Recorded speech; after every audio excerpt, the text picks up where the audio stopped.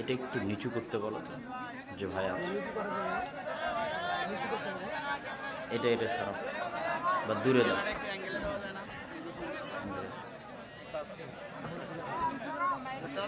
ভাই মাইকের দায়িত্বশীল যিনি আছে এটা আরেকটু নিচু করে।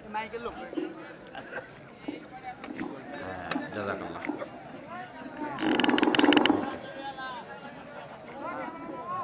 আলহামদুলিল্লাহ আলহামদুলিল্লাহ ওয়াহদাহ ওয়াসসালাতু ওয়াসসালামু আলা মান লা নাবিয়্যা বা'দা।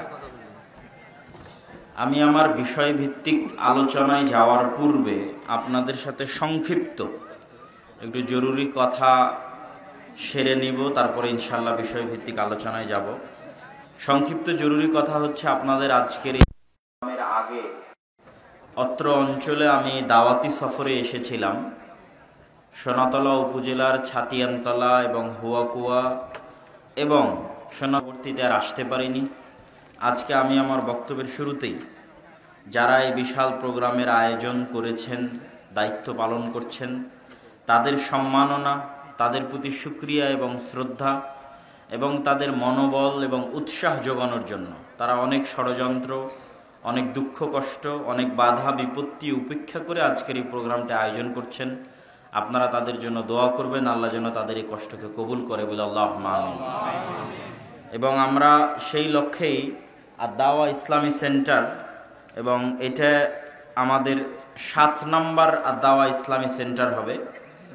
আমাদের সংক্ষিপ্ত লক্ষ্য উদ্দেশ্য হচ্ছে মসজিদগুলোকে দিন শিক্ষার মার্কাজ বানানো, মসজিদগুলোতে দিন শিক্ষা ফিরিয়ে নিয়ে আসা। মাদ্রাসায় শুধুমাত্র 2 থেকে 2.5% ছেলে মেয়ে যায়, আর বাকি 98% ছেলে মেয়ে যায় স্কুলে। আমরা যদি মসজিদে তাদের জন্য দিন শিক্ষার ব্যবস্থা না করি আম জনসাধারণের জন্য, তাহলে এটা আমাদের সমাজে অধপতন ডেকে নিয়ে আসবে। এই লক্ষ্যে আমরা কাজ করছি এবং আমাদের দাওয়াতি সফরগুলোতে আমরা আরও বিস্তারিত এই বিষয়ে আলোচনা করি। তো আমি আজকে আপনাদের এই অনুষ্ঠানের শুরুতে অত্র অনুষ্ঠানের যারা আয়োজক তাদের মাধ্যমে 7 নং আদ-দাওয়া ইসলামী সেন্টার উদ্বোধনের ঘোষণা করছি। আপনারা সকলে বলেন আলহামদুলিল্লাহ। আল্লাহ সুবহানাহু তাআলা যেন এই দাওয়া সেন্টারটিকে কবুল করে এবং অত্র অঞ্চলে পবিত্র কোরআন এবং সহিহ হাদিস সহ মসজিদ ভিত্তিক দিন শিক্ষাকে জীবিত করে, সেই লক্ষ্যে আল্লাহ কবুল করুক, আল্লাহুম্মা আমিন। ঠিক আছে, জাযাকাল্লাহ খাইর। ওহ দিন আসো আসো।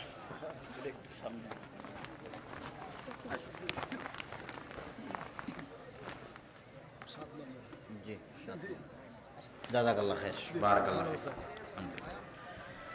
সম্মানিত উপস্থিতি, আজকে আমাদের আলোচ্য বিষয়বস্তু হচ্ছে, আপনারা সকলেই জানেন যে আমাদের মুসলিম মা এবং বোনেরা এবং মুসলিম ভাইয়েরা এবং মুসলমানদের সন্তানেরা আজ ফিলিস্তিনে চরম নির্যাতিত, চরম মাজলুম এবং চরম নিষ্পেষিত। এবং প্রতিদিন তাদের সেই নির্যাতন, তাদের সেই জুলুম, তাদের সেই নিষ্পেষণের ছবি এবং ভিডিও আমরা আমাদের সামাজিক যোগাযোগ মাধ্যমে অসহায় দৃষ্টিতে দেখা ছাড়া এবং আল্লাহ সুবহানাহু তাআলার কাছে দোয়া করা ছাড়া আর আমাদের কিছু করণীয় আমরা পাচ্ছি না। ব্যথিত হৃদয়ে আমরা সেই ছবি এবং সেই দৃশ্যগুলো দেখছি। এখন পর্যন্ত 7,000 মুসলমান নর নারী শিশু সেখানে, আল্লাহ সুবহানাহু তাআলা তাদেরকে শহীদ হিসেবে কবুল করুক। আমরা আশা করি যে তারা শহীদ হয়েছে। সেই সমস্ত নির্যাতিত মুসলিম ভাই এবং বোন, তাদেরকে লক্ষ্য করে সমগ্র মুসলিম বিশ্বের চলমান অবস্থাকে সামনে রেখে আমরা ইতিহাস থেকে কি শিক্ষা নিতে পারি, এটাই আমাদের আজকের বক্তব্যের বিষয়বস্তু। ইতিহাস থেকে শিক্ষা, বানু ইসরাইলের ইতিহাস এবং সেই ইতিহাস থেকে আমাদের শিক্ষা। ইতিহাস থেকে যে শিক্ষা আছে এটা আল্লাহ সুবহানাহু তাআলা নিজে পবিত্র কোরআনে আদম এবং হাওয়ার ইতিহাস বলেছেন। আল্লাহ নিজে পবিত্র কোরআনে বারবার মুসা এবং ফেরাউনের ইতিহাস বলেছেন। আল্লাহ নিজে পবিত্র কোরআনে বারবার ইব্রাহিমের ইতিহাস বলেছেন আলাইহিমুস সালাতু ওয়াস সালাম আজমাইন। আল্লাহ নিজে কোরআনে বারবার বানু ইসরাইলের ইতিহাস বলেছেন। মানে ইতিহাস গুরুত্বপূর্ণ, এই জন্যই আল্লাহ সেটা কোরআনে স্থান দিয়েছেন। ইতিহাস থেকে শিক্ষা আছে, এই জন্যই আল্লাহ সেটা কোরআনে স্থান দিয়েছেন। আজকে সমগ্র মুসলিম বিশ্বের যে ভয়ঙ্কর অবস্থা, ফিলিস্তিন এবং জেরুজালেমের গাজার মুসলমানদের যে ভয়ঙ্কর অবস্থা, এই ভয়ঙ্কর অবস্থা থেকে মুসলমানেরা কিভাবে পরিত্রাণ পেতে পারে তা আমরা দেখব ইতিহাসের দৃষ্টিতে, ইতিহাসের পাতায়, যে আমাদের পরিত্রাণের উপায় কি। এই গুরুত্বপূর্ণ তথ্যবহুল আলোচনা শোনার পূর্বে পিছনে এবং বাম পাশে যারা দাঁড়িয়ে আছেন তাদেরকে অনুরোধ করব, আপনারা দাঁড়িয়ে থেকে অনুষ্ঠানের সৌন্দর্য নষ্ট না করে ডান পাশে এসে বা পিছনে যেখানে জায়গা আছে বসার চেষ্টা করুন। মজলিসের আদব হচ্ছে মজলিসে বসে কথা শোনা। রাসূলুল্লাহ সাল্লাল্লাহু আলাইহি ওয়াসাল্লাম যখন বক্তব্য দিতেন তখন উপস্থিত জনতাকে বসতে বলতেন, বসে বক্তব্য শুনতে হয়। এটা মিন আদাবিল মজলিস। দাঁড়িয়ে না থেকে, পিছনের ভাইয়েরা আপনারা দাঁড়িয়ে না থেকে বসে যান। বামে যারা দাঁড়িয়ে আছেন তারাও দাঁড়িয়ে না থেকে বসে পড়েন। আমরা আজকে জেরুজালেম এবং ফিলিস্তিন এবং মসজিদ আকসা সম্পর্কে গুরুত্বপূর্ণ ইতিহাস শুনব ইনশাআল্লাহুল আজিজ। আল্লাহ সুবহানাহু ওয়া তাআলা পবিত্র কোরআন মাজিদে বলছেন, ইন্না আউওয়ালা বাইতুম উযিআ লিন-নাস বিবাক্কা। আসমানের নিচে জমিনের উপরে আল্লাহর ইবাদতের জন্য সর্বপ্রথম যে ঘর তৈরি করা হয়েছে সেই ঘর মক্কায়। রাসূলুল্লাহ সাল্লাল্লাহু আলাইহি ওয়াসাল্লামকে আবু যার আল-গিফারি রাদিয়াল্লাহু তাআলা আনহু জিজ্ঞেস করলেন, হে আল্লাহর রাসূল, আল্লাহর ইবাদতের জন্য পৃথিবীতে কোন ঘরটি সর্বপ্রথম তৈরি করা হয়েছে? রাসূলুল্লাহ সাল্লাল্লাহু আলাইহি ওয়াসাল্লাম উত্তরে বললেন, মক্কার কাবা। আবু যার গিফারি পুনরায় জিজ্ঞেস করলেন, সুম্মা আইয়ু, অতঃপর কোন ঘর? রাসূলুল্লাহ সাল্লাল্লাহু আলাইহি ওয়াসাল্লাম উত্তরে বললেন, আল মসজিদ আল আকসা। কাবার পরে পৃথিবীতে আসমানের নিচে আল্লাহর ইবাদতের জন্য দ্বিতীয় যে ঘর নির্মিত হয়েছে সেটা মসজিদ আকসা, সেটা বাইতুল মুকাদ্দাস। সাহাবী আল্লাহর নবীকে জিজ্ঞেস করলেন, কাম বাইনাহুমা, আল্লাহর নবী মসজিদ আকসা আর মক্কার কাবার মধ্যে পার্থক্য কত বছরের? রাসূলুল্লাহ সাল্লাল্লাহু আলাইহি ওয়াসাল্লাম উত্তরে বললেন, 40 আম, 40 বছরের ব্যবধান। মক্কার কাবায় কাবা ঘর তৈরি হওয়ার 40 বছর পর ফিলিস্তিনের জেরুজালেমে মসজিদে আকসা তৈরি হয়েছে, বাইতুল মুকাদ্দাস তৈরি হয়েছে।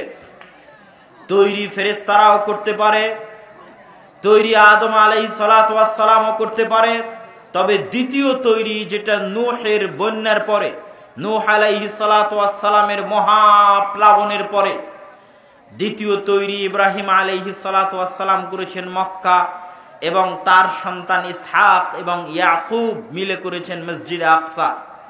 ইব্রাহিম এবং ইসমাইল মিলে তৈরি করেছেন কাবা, আর ইসহাক এবং তার সন্তান ইয়াকুব মিলে তৈরি করেছেন আল মসজিদ আল আকসা। মসজিদ আকসার সাথে পৃথিবীর অসংখ্য অগণিত নবীর স্মৃতি জড়িত রয়েছে। সে অসংখ্য অগণিত নবীর স্মৃতির মধ্যে এক নম্বরে আসবে ইব্রাহিম আলাইহিস সালাতু ওয়াস সালাম। ইব্রাহিম আলাইহিস সালাতু ওয়াস সালাম ইরাকের ব্যাবিলন শহর থেকে বিতাড়িত হওয়ার পর, ব্যাবিলন শহরকে আরবিতে বলা হয় বাবেল, বিবাবেল হারুত ওয়া মারুত। হারুত মারুতের যে কিসসা প্রসিদ্ধ আছে বাবেল শহরে, সেটাকেই বলা হয় ব্যাবিলন। ইরাকের ব্যাবিলন নগরী থেকে বিতাড়িত হওয়ার পর ইব্রাহিম আলাইহিস সালাতু ওয়াস সালাম যেখানে আশ্রয় নিয়েছিলেন সেটা জেরুজালেম। আমার নবী মক্কা থেকে বিতাড়িত হওয়ার পর যেখানে আশ্রয় নিয়েছিলেন সেটা মদিনা। এই জন্য মদিনাকে বলা হয় দারুল হিজরা। মুহাম্মদ সাল্লাল্লাহু আলাইহি ওয়াসাল্লামের দারুল হিজরা মদিনা, আর ইব্রাহিম আলাইহিস সালাতু ওয়াস সালামের দারুল হিজরা জেরুজালেম। ইব্রাহিম আলাইহিস সালাতু ওয়াস সালাম ইরাক থেকে হিজরত করে ফিলিস্তিনে জেরুজালেমে আশ্রয় গ্রহণ করেছিলেন। কাছাকাছি একই সময়ে লূত আলাইহিস সালাতু ওয়াস সালামের কওমকে যখন আল্লাহ শহর উল্টিয়ে ধ্বংস করে দিলেন, ব্যভিচার, জেনা, অবৈধ সম্পর্কের কারণে আল্লাহ গজব দিয়ে পুরো একটা শহরকে উল্টিয়ে দিলেন, যেই শহরের জায়গায় এখন জর্ডান এবং ইসরায়েলের সীমান্তবর্তী অঞ্চলে ডেড সি আছে, মৃত সাগর আছে। যখন আল্লাহ লূত আলাইহিস সালাতু ওয়াস সালামের কওমকে ধ্বংস করে দিলেন, তখন লূত আলাইহিস সালাতু ওয়াস সালামকে আল্লাহ কোথায় আশ্রয় দিলেন? আল্লাহ কোরআন মাজিদে লূত এবং ইব্রাহিম দুইজন নবীর কথা উল্লেখ করে বলছেন, ওয়ানাজ্জাইনাহু ওয়া লূতান ইলাল আরদিল্লাতী বারাকনা ফিহা লিল আলামিন। আমি ইব্রাহিমকে এবং লূতকে আশ্রয় দিয়েছি এমন মাটিতে, যেই মাটিতে আমি বরকত রেখেছি সারা পৃথিবীর মানুষের জন্য। জেরুজালেমের মাটিতে, মসজিদে আকসার মাটিতে সারা পৃথিবীর মানুষের জন্য বরকত আছে, এই কথা আল্লাহ কোরআনে বলছেন। আর এই মাটিতেই তিনি আশ্রয় দিয়েছেন ইব্রাহিমকে, এই মাটিতেই তিনি আশ্রয় দিয়েছেন লূত আলাইহিস সালাতু ওয়াস সালামকে। ইব্রাহিম আলাইহিস সালাতু ওয়াস সালামের দুই স্ত্রী ছিলেন, সারা এবং হাজেরা। সারা আলাইহিস সালাতু ওয়াস সালামকে নিয়ে ইব্রাহিম আলাইহিস সালাম থাকতেন জেরুজালেমে। আর আল্লাহর আরেক মসজিদ, পৃথিবীর ইতিহাসে আল্লাহর ইবাদতের জন্য নির্মিত প্রথম মসজিদ, সেই মসজিদের পাশে রেখে চলে আসলেন দ্বিতীয় স্ত্রীর সন্তান ইসমাইল এবং দ্বিতীয় স্ত্রী হাজেরাকে। তাহলে এট এ টাইম, একই সময়ে ইব্রাহিম আলাইহিস সালাতু ওয়াস সালামের বংশধরেরা আল্লাহর দুটা ঘর, যা পৃথিবীর ইতিহাসে প্রথম নির্মিত, এই দুটা ঘর আবাদ করছেন একই সাথে ইব্রাহিমের দুই সন্তান ইসহাক এবং ইসমাইল। ইব্রাহিম আলাইহিস সালাতু ওয়াস সালামের সন্তান ইসমাইল এবং তার বংশধরেরা আল্লাহর নবীর আগমনের আগ পর্যন্ত কাবা ঘরের খিদমত করতে থেকেছে প্রায় দীর্ঘ 4000 বছর। 3-3.5 বছর ইসমাইল এবং তার সন্তানেরা কাবা ঘরের খিদমত করেছে। আর ঈসা আলাইহিস সালাতু ওয়াস সালাম পর্যন্ত ইসহাকের সন্তানেরা মসজিদে আকসার খিদমত করেছে। ইব্রাহিম আলাইহিস সালামের দুই সন্তানকে আল্লাহ দুই মসজিদের জন্য বাছাই করে নিয়েছেন এবং দুই মসজিদের খেদমতের মাধ্যমে তাদের পরিবারে নবুয়ত দিয়ে রেখেছেন শেষ নবী আসা পর্যন্ত। যেখান থেকে একটা ছোট্ট জিনিস বোঝা যায়, আদর্শ পরিবার মসজিদের সাথে সম্পর্ক ছাড়া তৈরি করা সম্ভব নয়। ইব্রাহিমের পরিবার পৃথিবীর সবচেয়ে বড় এবং শ্রেষ্ঠ আদর্শ পরিবার। আপনি বলবেন, তাহলে আমার নবী ইব্রাহিমের পরিবার। আমার নবী কার পরিবার? ইব্রাহিম আলাইহিস সালাতু ওয়াস সালামের পরিবার, রক্তে পরিবার। তার বাপ এবং তার দাদা রক্তে। ইব্রাহিমের সন্তান ইসমাইলের বংশধর হচ্ছে মুহাম্মদ সাল্লাল্লাহু আলাইহি সাল্লাম। তাহলে পৃথিবীর শ্রেষ্ঠ আদর্শ পরিবার তৈরি করেছিলেন ইব্রাহিম আলাইহিস সালাতু ওয়াস সালাম, যার পরিবারের মধ্যে আল্লাহ শেষ নবী পর্যন্ত সব নবী পাঠিয়েছেন। ইব্রাহিমের পরে আর কোনো বংশে আল্লাহ নবী পাঠাননি, আর কোনো গোত্রে আল্লাহ নবী পাঠাননি, সব নবী ইব্রাহিমের বংশে পাঠিয়েছেন। মানে শ্রেষ্ঠ পরিবার ইব্রাহিমের পরিবার। এই জন্য আল্লাহর নবী দোয়া করতেন, আল্লাহুম্মা সাল্লি আলা মুহাম্মাদিন ওয়া আলা আলি মুহাম্মাদ কামা সাল্লাইতা আলা ইব্রাহিম। হে আল্লাহ, আপনি মুহাম্মাদের উপর ওই পরিমাণ রহমত বর্ষণ করুন যেমন রহমত আপনি ইব্রাহিমের উপর বর্ষণ করেছেন। হে আল্লাহ, আপনি মুহাম্মাদের পরিবারের উপর ওই পরিমাণ রহমত এবং বরকত বর্ষণ করুন যেমন রহমত বরকত আপনি ইব্রাহিমের পরিবারের উপর বর্ষণ করেছেন। তাহলে কি বোঝা গেল? আল্লাহর নবী কামনা করছেন তার পরিবারের উপর ওই রকম রহমত বর্ষণ আসুক যেই রকম রহমত এবং বরকত আল্লাহ ইব্রাহিমের পরিবারে দিয়েছেন। তো ইব্রাহিমের পরিবার রহমত বরকত পেল কিভাবে? ইব্রাহিমের দুই সন্তান দুই মসজিদের খাদেম। আপনার ছেলেকে মসজিদের খাদেম বানিয়ে দিতে হবে, মসজিদে আজান দেওয়া শিখাতে হবে, মসজিদে ঝাড়ু দেওয়া শিখাতে হবে, তবেই আদর্শ পরিবার তৈরি হবে। ইব্রাহিমের আদর্শে আদর্শিত হবে, মুহাম্মদ সাল্লাল্লাহু আলাইহি ওয়াসাল্লামের আদর্শে আদর্শিত হবে। আমরা আলোচনা করছিলাম মসজিদ আকসা এবং জেরুজালেমের সাথে নবীদের সম্পর্ক। ইব্রাহিমের পরে ইসহাক, ইসহাকের পরে ইয়াকুব এবং ইয়াকুবের পরে ইউসুফ। ইব্রাহিমকে ইউরোপ এবং আমেরিকার লোক ইংরেজিতে বলে আব্রাহাম। ইসহাককে ইউরোপ এবং আমেরিকার লোক ইংরেজিতে বলে আইজ্যাক। ইয়াকুবকে ইউরোপ আমেরিকার লোক ইংরেজিতে বলে জ্যাকব। আর ইউসুফকে বলে জোসেফ। ওই একই নবী, ইতিহাসও কাছাকাছি, ঘটনাও কাছাকাছি, নামের উচ্চারণের পার্থক্য। ইউসুফ আলাইহিস সালাতু ওয়াস সালাম ভাইদের ষড়যন্ত্রে কুয়ায় নিক্ষিপ্ত হয়ে সেখান থেকে মিশরের বাজারে বিক্রি হয়ে গেলেন। ফিলিস্তিনের সাথে আজ যেমন মিশরের যোগাযোগ ভালো, আজ থেকে 5-6 হাজার বছর আগেও ফিলিস্তিনের সাথে মিশরের যোগাযোগ ভালো ছিল। এই জন্য ইউসুফ আলাইহিস সালাম ফিলিস্তিনের কুয়ায় পড়ে বিক্রি হলেন মিশরের বাজারে। মিশরের বাজারে বিক্রি হয়ে বাদশার বাড়িতে কাজ করে, লম্বা ঘটনা। অর্থমন্ত্রীর দায়িত্ব পাওয়ার পর ভাইদের সাথে পুনরায় যখন সাক্ষাৎ হলো, ভাইয়ের মাধ্যমে বাবা ইয়াকুবকে দাওয়াত দিলেন মিশরে। ইয়াকুব আলাইহিস সালাতু ওয়াস সালাম 70 জনের বিশাল পরিবার নিয়ে মিশরে চলে গেলেন ফিলিস্তিন থেকে। এই প্রথম ফিলিস্তিনের জেরুজালেম থেকে ইব্রাহিমের বংশের একটা শাখা ইসহাক এবং তার সন্তানেরা ফিলিস্তিন থেকে চলে গেলেন মিশরে। আজকেও গাজায় যদি আপনি ত্রাণ পাঠাতে চান, মিশরের রাস্তা ব্যবহার করেই পাঠাতে হবে। আদিকাল থেকে ফিলিস্তিনের সাথে মিশরের যোগাযোগ ভালো। মিশরে গেলেন। ইউসুফ আলাইহিস সালাতু ওয়াস সালামের পরে 200-250 বছর যাবৎ বানু ইসরায়েলেরা ভালো ছিল।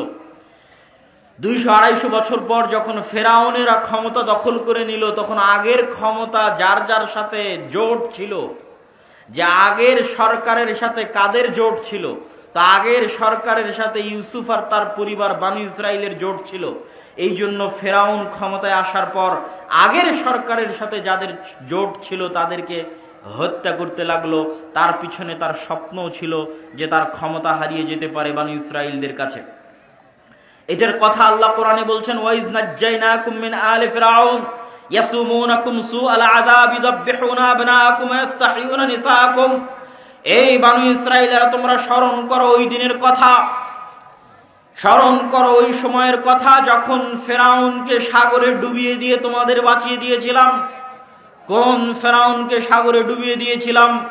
যেই ফেরাউন তোমাদের পুরুষ সন্তানদেরকে ধরে ধরে জবাই করত আর তোমাদের মেয়ে সন্তানদেরকে বাঁচিয়ে রাখত।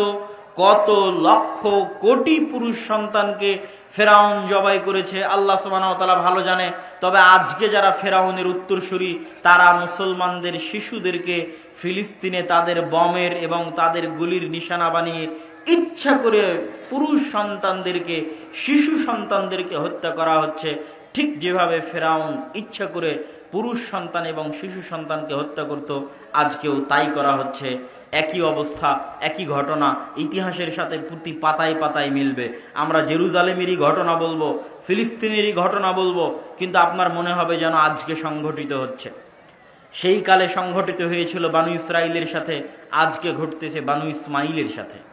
ইসমাইল আলাইহিস সালাতু ওয়াস সালামের বংশে মোহাম্মদ, উম্মতে মোহাম্মদী বানু ইসমাইল সেই কালে সংঘটিত হয়েছিল বানু ইসরাইলের সাথে, আজকে ঘটতেছে বানু ইসমাইল মুসলমানদের সাথে। তারাও তাদের যুগে মুসলমান ছিল। প্রত্যেক নবী নিজ নিজ যুগে যে দিন নিয়ে এসেছেন সেই দিনের নাম ইসলাম, এই জন্য তারাও মুসলমান ছিল, বংশে বানু ইসরাইল। সম্মানিত উপস্থিতি, তো আমরা বলছিলাম ঠিক ওই ভয়ঙ্কর মুহূর্তে 400 বছর পর ইউসুফ আলাইহিস সালাতু ওয়াস সালামের 300 থেকে 400 বছর পর মুসা আলাইহিস সালামের আগমন। মুসা আলাইহিস সালাম আসলেন কোথায়? মিশরে। বানু ইসরাইলের মধ্যে আল্লাহ তাকে কৌশলে ফেরাউনের ঘরে লালন পালন করে ফাইনাল যেই দিন তিনি পালিয়ে যাচ্ছেন, ফেরাউন পিছন থেকে ধাওয়া করতেছে, লোহিত সাগরে আল্লাহ রাস্তা তৈরি করে দিলেন, 12টা রাস্তা। লোহিত সাগরে ফেরাউন ডুবে মারা গেল। মুসা আলাইহিস সালাতু ওয়াস সালাম মিশর থেকে লোহিত সাগর পার হয়ে কোথায় যাচ্ছিলেন? মিশর থেকে লোহিত সাগর পার হয়ে তিনি যাচ্ছিলেন জেরুজালেমে, ফিলিস্তিনে, শামে। কেন যাচ্ছিলেন? তিনি মূলত পালিয়ে যাচ্ছিলেন না, তিনি ফিরে যাচ্ছিলেন। ফিরে যাচ্ছিলেন মানে আজ থেকে 400 বছর আগে তার বাপ দাদা জেরুজালেম ছেড়ে মিশরে এসেছে। তার আদি পিতা ইয়াকুব, তার আদি পিতা ইউসুফ ফিলিস্তিন ছেড়ে, জেরুজালেম ছেড়ে মিশরে এসেছে। তাই আজ তিনি মিশর ছেড়ে দিয়ে জেরুজালেমে ফিরে যাচ্ছেন। কিন্তু জেরুজালেমে যে ফিরে যাবেন, তো জেরুজালেম, ফিলিস্তিন, মসজিদে আকসার আশেপাশে আমালেকা গোত্র, তৎকালীন পৃথিবীর সবচেয়ে শক্তিশালী গোত্রের বসবাস। আমালেকা গোত্র বসবাস করতেছে, তৎকালীন পৃথিবীর সবচেয়ে শক্তিশালী গোত্র। আজকেও যেমন পৃথিবীর যারা সবচেয়ে শক্তিশালী তারা দখল করে রেখেছে, সেই দিনও যারা পৃথিবীর সবচেয়ে শক্তিশালী তারা দখল করে রেখেছিল। এই জন্য মুসা আলাইহিস সালাম ঢুকতে পারছেন না। তো মিশর তো ছেড়ে দিয়েছেন, যাবেন ফিলিস্তিনে, কিন্তু ঢোকা সম্ভব নয়। মাঝখানে কি আছে? মাঝখানে শুধু মরুভূমি আর মরুভূমি। আজকেও মরুভূমি, তার নাম সিনাই মরুভূমি। আজকেও ওই মধ্যের জায়গাটুকু মরুভূমি। লোহিত সাগর পার হওয়ার পর ফিলিস্তিন যেতে মরুভূমি পড়বে, তার নাম সিনাই মরুভূমি। এই মরুভূমিতেই তুর পাহাড় আছে। আর মরুভূমিতে কোনো খাবারের ব্যবস্থা নাই, পানির ব্যবস্থা নাই। তখন আল্লাহ পাথরে বললেন, লাঠি দিয়ে পাথরে আঘাত করো, পাথর থেকে ঝর্ণা বের হলো, পানির ব্যবস্থা হয়ে গেল। তো মরুভূমি তো খাবার ব্যবস্থা নাই, আল্লাহ জান্নাত থেকে খাবার পাঠাতে লাগলেন, মান্না এবং সালোয়া। দৈনিক আসতো জান্নাত থেকে মান্না এবং সালোয়া, মরুভূমিতে খাবারের ব্যবস্থা হয়ে গেল। তাহলে মরুভূমিতে আল্লাহ পানির ব্যবস্থাও করে দিলেন, মরুভূমিতে আল্লাহ মান্না সালোয়া খাবারেরও ব্যবস্থা করে দিলেন। কিন্তু কত বড় নিমক হারাম কওম, না শুকুর কওম, যে 40 দিনের জন্য মাত্র ইবাদতের জন্য তুর পাহাড়ে গেছে মুসা আলাইহিস সালাম। 40 দিনে তারা শিরকে লিপ্ত হয়ে গেছে। 40 দিনে শিরকে লিপ্ত হয়ে গেছে। 40 দিনের ব্যবধানে শিরকে লিপ্ত হয়ে গেছে। অথচ চোখের সামনে ফেরাউনকে ডুবে যেতে দেখেছে, চোখের সামনে পাথর ফেটে ঝর্ণা বের হচ্ছে, চোখের সামনে প্রতিদিন জান্নাত থেকে খাবার আসতেছে। এত নিয়ামত দেখার পরেও 40 দিনের ব্যবধানে শিরক করে ফেলেছে। মুসা আলাইহিস সালাতু ওয়াস সালামের উপর আল্লাহ আদেশ জারি করলেন কিতাল এবং জিহাদ ফরজ হওয়ার, যে আমালেকা গোত্রের বিরুদ্ধে জিহাদ করে, যুদ্ধ করে জেরুজালেম বিজয় করতে হবে। মুসা আলাইহিস সালাতু ওয়াস সালাম আল্লাহর পক্ষ থেকে আদেশ পেয়ে বনি ইসরাইলকে বললেন, ইয়া কওমি দুখুলুল আরদাল মুকাদ্দাসা আল্লাতী কাতাবাল্লাহু লাকুম, হে আমার কওম, তোমরা এই পবিত্র শহরের উদ্দেশ্যে রওনা করো। এই পবিত্র শহর আল্লাহ তোমাদের জন্য দিয়েছেন, এই পবিত্র শহর যুদ্ধ করে বিজয় করতে হবে। তখন বনি ইসরাইলেরা উত্তরে বলল, ইন্না ফিহা কওমান জাব্বারিন। মুসা আলাইহিস সালাতু ওয়াস সালাম, আপনি বলেন কি? এখানে তো পৃথিবীর সবচেয়ে শক্তিশালী জাতির বসবাস। আজকে যেমন পৃথিবীর সবচেয়ে শক্তিশালী জাতির বসবাস, কালকেও পৃথিবীর সবচেয়ে শক্তিশালী জাতির বসবাস ছিল। আমরা কেমনে এখানে প্রবেশ করব? ইযহাব আনতা ওয়া রাব্বুকা ফাকাতিলা। মুসা আলাইহিস সালাতু ওয়াস সালাম, আপনি এবং আপনার আল্লাহ, আপনি এবং আপনার প্রতিপালক মিলে গিয়ে যুদ্ধ করেন। আপনি আর আল্লাহ মিলে যেই দিন যুদ্ধ শেষ হবে সেই দিন আমাদের ডাকিয়েন। নাউজুবিল্লাহি মিন যালিক। অথচ এই কওম কয়দিন আগে দেখলো ফেরাউন ডুবে গেল, কয়দিন আগে দেখলো পাথর ফেটে ঝর্ণা বের হচ্ছে, কয়দিন আগে দেখলো আসমান থেকে খাবার আসতেছে, এখনো আসতেছে। অথচ তারা মুখের উপর বলে দিল, আপনি আর আপনার আল্লাহ গিয়ে যুদ্ধ করেন। মুসা আলাইহিস সালাতু ওয়াস সালাম হতাশা প্রকাশ করলেন। আল্লাহর পক্ষ থেকে আযাব আসলো, গজব আসলো। 40 বছর ইয়াতিহুনা ফিল আরজ ইন্নাহা মুহাররামাতুন আলাইকুম, তোমাদের জন্য 40 বছর এই সিনাই মরুভূমিতে পাগলের মতো ঘুরতে থাকবে, এটা তোমাদের জন্য আযাব। 40 বছর পাগলের মতো ঘুরতে থাকতে থাকতে একটা সময় মুসা আলাইহিস সালাতু ওয়াস সালাম মারা গেলেন। মুসা আলাইহিস সালাতু ওয়াস সালাম যখন মারা যাচ্ছেন, তখন অন্তরে এই ব্যথা নিয়ে মারা যাচ্ছেন যে তিনি জেরুজালেম, মসজিদে আকসা বিজয় করতে পারেননি। এটা আমাদের মূল পয়েন্ট, যে নবীদের জীবনের সাথে মসজিদে আকসার কি সম্পর্ক। এই কষ্টে মুসা আলাইহিস সালাম মারা যাওয়ার সময় দোয়া করছেন যে ফাসাআলা মুসা, মুসা আলাইহিস সালাতু ওয়াস সালাম আল্লাহর নিকটে দোয়া করলেন, আইয়ুদনিয়াহু মিনাল আরজিল মুকাদ্দাসাতি বিরমিয়াতি হাজারিন, যে হে আল্লাহ, আমি তো আমার কওমের নাফরমানির কারণে, না শুকরির কারণে জেরুজালেম বিজয় করতে পারলাম না। আমার মৃত্যুটা মসজিদে আকসার এত কাছে দেন, এত নিকটে দেন, যেন মসজিদে আকসা থেকে একটা ঢিল মারলে আমার কবরে এসে পড়ে। হাদিস বুখারী। মুহাম্মদ সাল্লাল্লাহু আলাইহি ওয়াসাল্লাম বলছেন, আমি যদি আজ ফিলিস্তিনে থাকতাম তাহলে তোমাদেরকে দেখাতাম কোথায় মুসার কবর আছে। তাহলে মসজিদে আকসার নিকটে মারা যাওয়ার দোয়া করে মুসা আলাইহিস সালাতু ওয়াস সালাম দুনিয়া থেকে বিদায় নিয়েছেন। এটা হলো মসজিদে আকসার সাথে নবীদের সম্পর্ক। সম্মানিত উপস্থিতি, প্রত্যেক মুসলমান পরিবার, প্রত্যেক মুসলমান সন্তানের অন্তরে মসজিদে আকসার প্রতি ভালোবাসা থাকতে হবে এবং এই কষ্ট থাকতে হবে যে আমরা মসজিদে আকসায় যেতে পারি না, আমরা মসজিদে আকসা জিয়ারত করতে পারি না, মসজিদে আকসায় 2 রাকাত সালাত আমরা আদায় করতে পারি না। এই কষ্ট অন্তরে অনুভব করতে হবে। প্রত্যেক যারা মক্কা এবং মদিনায় হজ এবং উমরা করতে যায় তাদের মনে রাখতে হবে এই পৃথিবীতে আল্লাহর আরও একটি পবিত্র ঘর আছে, যা আমাদের নবীও সেই পবিত্র ঘরের সাথে সম্পৃক্ত, যা আমরা ধারাবাহিক ইতিহাসে বলবো, সেই পবিত্র ঘরে আমরা যেতে পারি না, যাওয়া হয় না। 70 বছর থেকে 80 বছর থেকে ওই পবিত্র ঘরে যাওয়ার রাস্তা মুসলমানদের জন্য, বিশ্বের মুসলমানদের জন্য বন্ধ হয়ে আছে। মুসা আলাইহিস সালামের অন্তরে যেমন কষ্ট ছিল, প্রত্যেক মুমিনের অন্তরে এরকম কষ্ট থাকতে হবে। সালাহুদ্দিন আইয়ুবী এই কষ্টে শপথ করেছিলেন, এই কষ্টেই শপথ করেছিলেন যে আমি হজ ওই দিন করব, আল্লাহর বাইতুল্লাহ ওই দিন দেখতে যাব যেই দিন আল্লাহর পৃথিবীতে আর একটা যে তৃতীয় ঘর আছে, ওই তৃতীয় ঘর যেই দিন উদ্ধার করতে পারবো সেই দিন। এবং মসজিদ আকসা বিজয়ের আগে সালাহুদ্দিন আইয়ুবী হজ করেননি, আল্লাহর ঘর দেখতে যাননি। কেননা পৃথিবীতে তখন আরও আল্লাহর তো মোট 3টে পবিত্র ঘর, তো পৃথিবীর আরও একটা পবিত্র ঘর তো বিধর্মীদের দখলে, কাফেরদের দখলে। তো কেমনে কাফেরদের দখলে রেখে তিনি আল্লাহর আর একটা ঘর জিয়ারতে যেতে পারেন? এই কষ্ট ব্যথা নিয়ে তিনি, এই কষ্ট থাকার কারণেই তিনি যুদ্ধে জয়লাভ করতে পেরেছিলেন। সম্মানিত উপস্থিতি, তো মুসা আলাইহিস সালামের এই কষ্ট প্রত্যেক মুমিনের হৃদয়ে থাকতে হবে। মুসা আলাইহিস সালাতু ওয়াস সালাম মারা গেলেন, আযাব বানু ইসরাইলের উপর শেষ হয়ে গেল। বানু ইসরাইলের উপর আযাব শেষ হওয়ার পর বানু ইসরাইলের নবী হলেন ইউশা বিন নুন। ইউশা বিন নুনকে খিজির আলাইহিস সালাতু ওয়াস সালামকে যখন দেখতে গেছিলেন মুসা আলাইহিস সালাম, তখন সাথে একজন যুবক বয়সী ছেলেকে নিয়ে গেছিলেন, যার ব্যাগে ভাজা মাছ ছিল, যার ব্যাগ থেকে ভাজা মাছ পালিয়ে বের হয়ে গেছিল। সেই যুবকই হচ্ছে ইউশা বিন নুন। যখন গোটা জাতি বলে উঠল যে এখানে এত শক্তিশালী জাতি আছে, আমরা যুদ্ধে যাব না, তখন ইউশা বিন নুন এবং আর একজন, মোট 2 জন বলেছিল যে আল্লাহর আদেশ পালন করতে আমরা যুদ্ধে যেতে রাজি।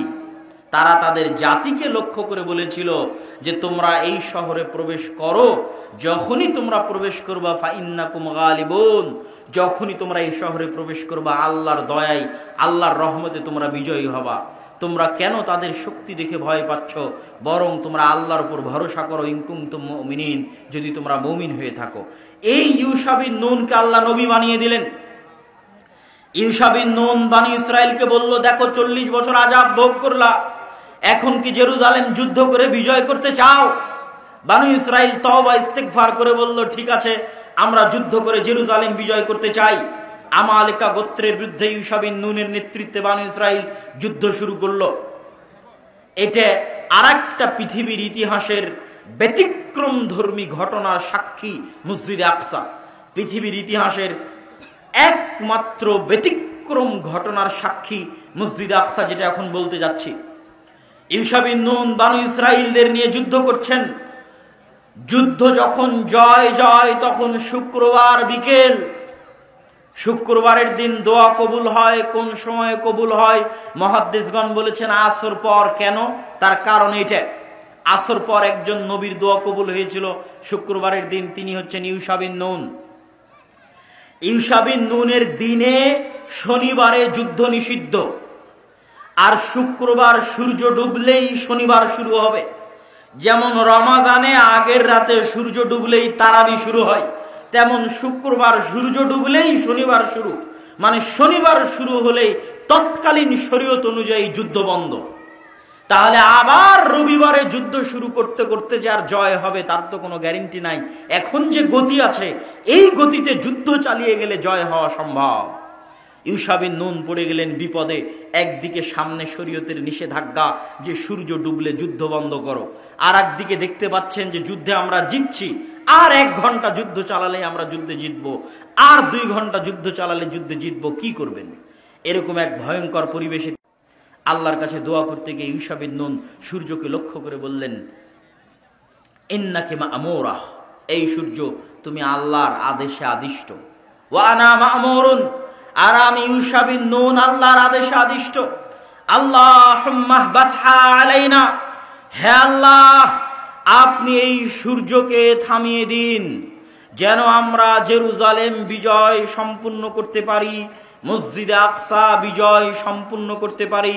তাই আপনি আজকে সূর্যকে থামিয়ে দিন। আমার নবী মুহাম্মদ সাল্লাল্লাহু আলাইহি ওয়াসাল্লাম বলেন, ইন্নাশ শামসা লাম তুহবাস লিআইয়ি বাশারিন, আসমান এবং জমিন সৃষ্টি করার পরে পৃথিবীতে কোনোদিন আল্লাহ সূর্যকে দুনিয়ার কোনো মানুষের জন্য থামিয়ে দেননি। একমাত্র ইউশা বিন নুনের জন্য আল্লাহ সূর্যকে থামিয়ে দিয়েছিলেন, যাতে তারা মসজিদে আকসা বিজয় করতে পারে। বলেন আল্লাহু আকবার।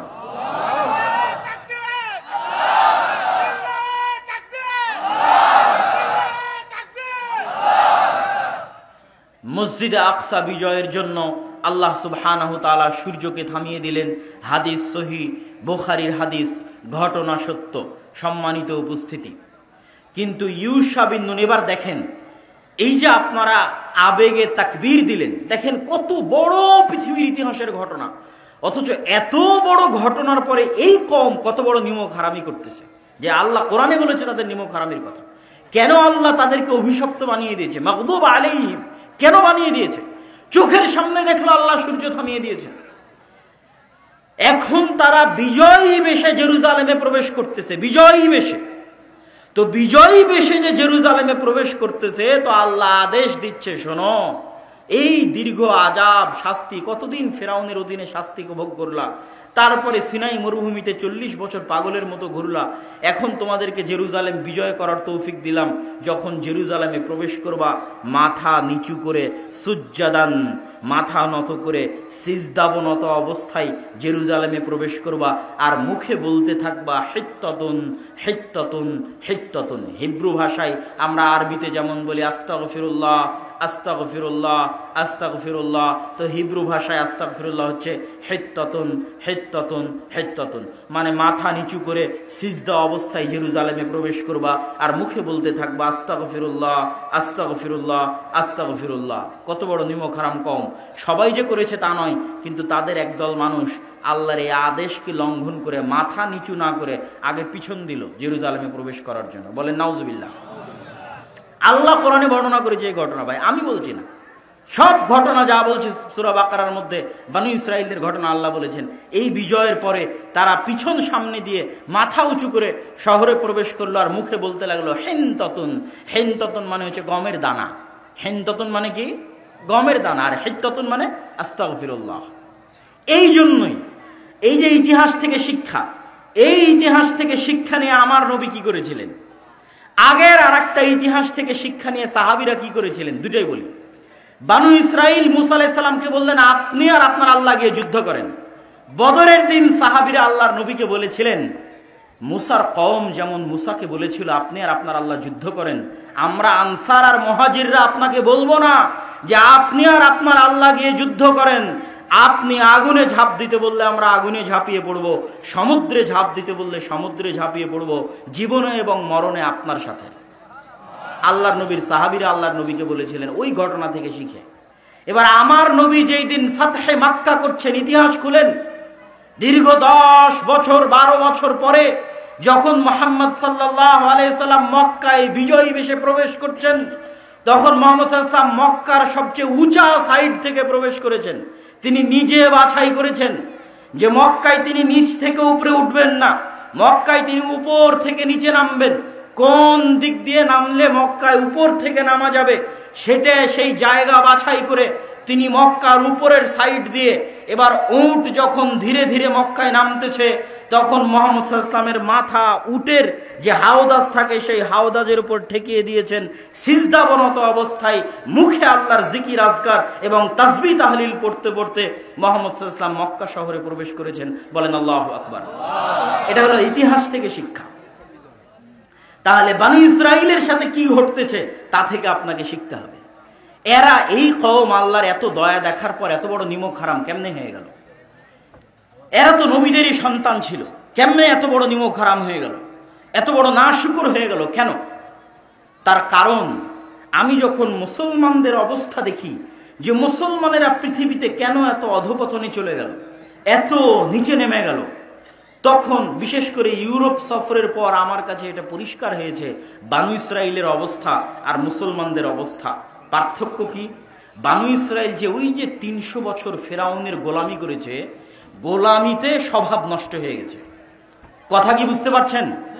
মানুষ যখন স্বাধীন থাকে, টাকা পয়সা থাকে, ক্ষমতা থাকে, তখন হৃদয় প্রশস্ত থাকে, হিম্মত উঁচু থাকে। অন্তর প্রশস্ত থাকে, হিম্মত উঁচু থাকে। যখন আপনি গোলাম, পালিয়ে বেড়াচ্ছেন, লুকিয়ে বেড়াচ্ছেন, খাওয়ার জায়গা নাই, থাকার জায়গা নাই, তখন আস্তে আস্তে অন্তর ছোট হয়ে যায়। ছোট হতে হতে তা আবার কত বছর, 200 থেকে 300 বছর অন্তর ছোট হয়ে গেছে। অন্তর ছোট হয়ে চরিত্র বিকৃত হয়ে গেছে। ঠিক আজকের মুসলমানদের, সারা বিশ্বের মুসলমানদের যে অধপতন, তার কারণ হচ্ছে আজ থেকে 60-70 বছর আগে 2-1টা মুসলিম দেশ বাদে সবগুলো মুসলিম দেশ প্রায় 150 থেকে 200 বছর ঔপনিবেশিক শাসন আমলের অধীনে ছিল, কলোনিয়াল সিস্টেম। আমরা ভারত, পাকিস্তান, বাংলাদেশ ছিলাম ব্রিটিশদের অধীনে 190 বছর। আমাদের স্বভাব চরিত্র যে বিকৃত হয়ে গেছে, ওই 190 বছর আগের যারা মুসলমান, তারা আমার আপনার মতো ছিল না।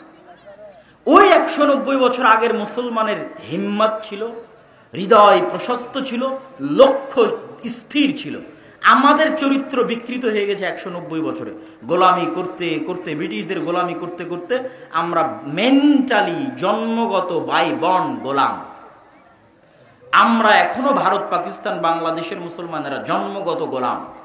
ওই 190 বছরের ট্রমা, কেউ যখন দেখে যে তার চোখের সামনে খুব ভয়ঙ্কর কিছু ঘটেছে, ও ট্রমায় ভুগে।